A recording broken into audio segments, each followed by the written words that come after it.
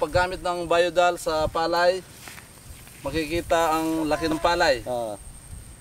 Ang pagkakaiba ng bulas ng yung tiller niya. Ayun, pagdating ayan, sa bunga, makikita mo na kung ikukumpara dito, ayan, oh, mas marami yung magiging ano niya, yung seed niya.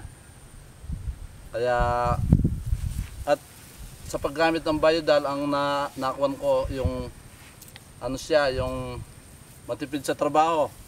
Dahil minsanan lang ang pag-a-apply nito. Tapos yung samantalang yung ano, yung sa organic, sa chemical, bali ano, periodic yung pag-a-apply niyan. O yung tinatawag na ano, yung multiple apply, pag-a-apply.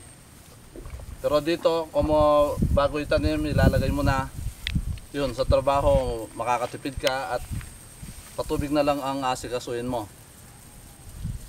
Kaya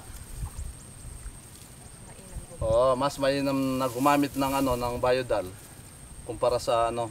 Isa pa, sa pagkakaalam ko, mas mura ang biodal pagdating sa ano, sa presyo ng kung bibili ka. Yun.